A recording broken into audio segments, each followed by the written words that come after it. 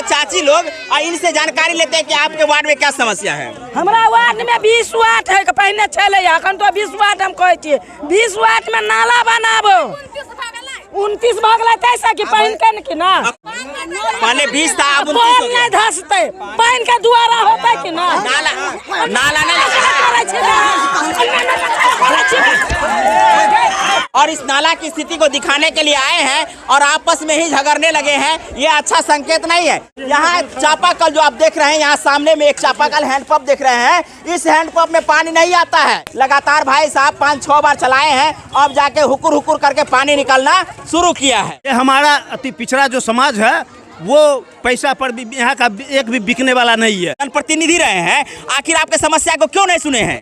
टंकी का पाइप घरों तक तो गया है, लेकिन इसमें पानी गया है कि नहीं गया है ये जानकारी ले लेते हैं। आपके घरों तक पानी आया है? नहीं। क्यों नहीं आया है?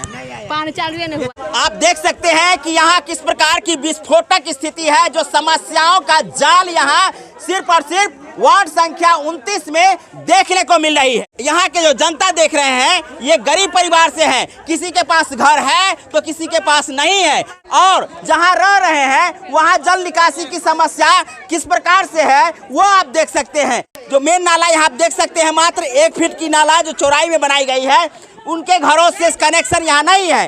किसी प्रकार से जब बारिश होती होगी तो ये समस्या यहाँ बहुत बड़ा जटिल बन जाता होगा, और इस गली से लगभग 200-400 लोगों का आना जाना प्रतिदिन रहता है, और ये अभी भी कच्ची सड़क के रूप में है।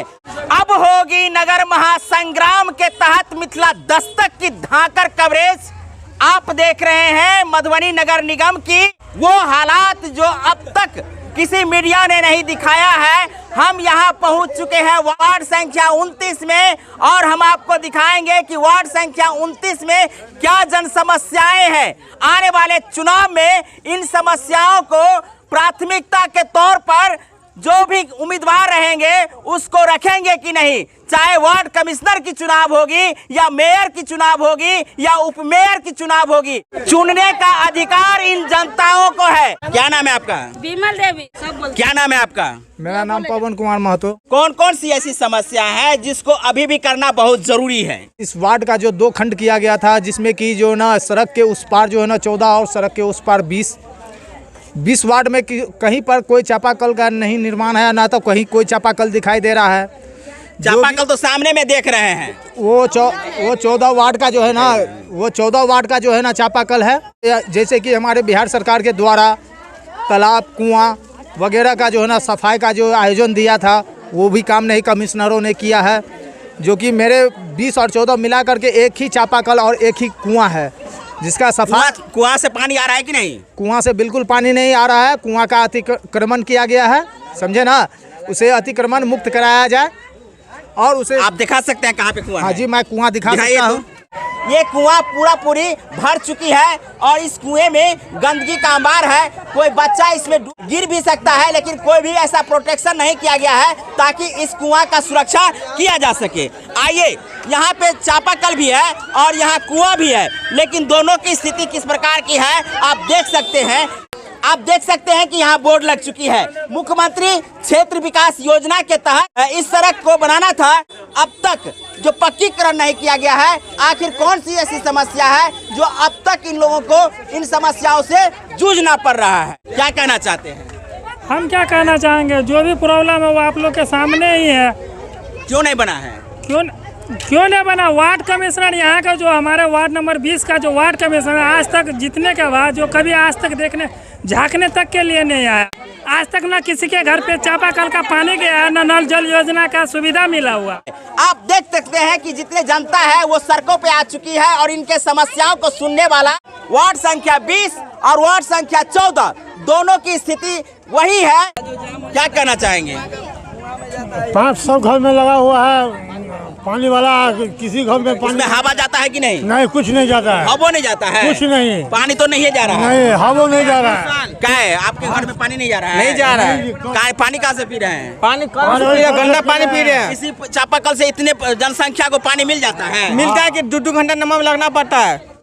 यहाँ की जो समस्या देख रहे हैं तो हमको भी ताज्जुब लग रहा है कि यहाँ एक दो चापाकल है, जिसमें एक चापाकल का पानी लगता है कि अंदर में ही गुरक के रह गया है, दूसरा जो निकलता है वो बुक बुक करके पानी देता है। इस प्रकार के समस्या को लेकर के बता रहे हैं कि 2-2 घंटा पानी के लिए इंतजार करना पड़ता है। यहाँ चापाकल जो आप देख रहे हैं, यहाँ सामने में एक चापाकल हैंडपंप देख रहे हैं, इस हैंडपंप में पानी नहीं आता है और देखिए कितना टाइट है। दूसरी बात की यहाँ आप देख सकते हैं ये चापाकल है, लेकिन पानी का जो समस्या है ये बहुत बड़ा समस्या है। सामने में यहाँ कुआं है और उस कुआं में पानी नहीं है, कुआं में सिर्फ और सिर्फ गंदगी भरा हुआ है। इस गंदगी नाले का पानी उस कुआं में चला जाता है। जब चुनाव होगी तो घरे घरे पैर पकड़ने के लिए पहुंचेंगे, चाची हमको वोट दीजिएगा, काका हमको वोट दीजिएगा, दादा हमको वोट दीजिएगा, चाची हमको वोट दीजिएगा, लेकिन इनके समस्या को कौन सुनेगा?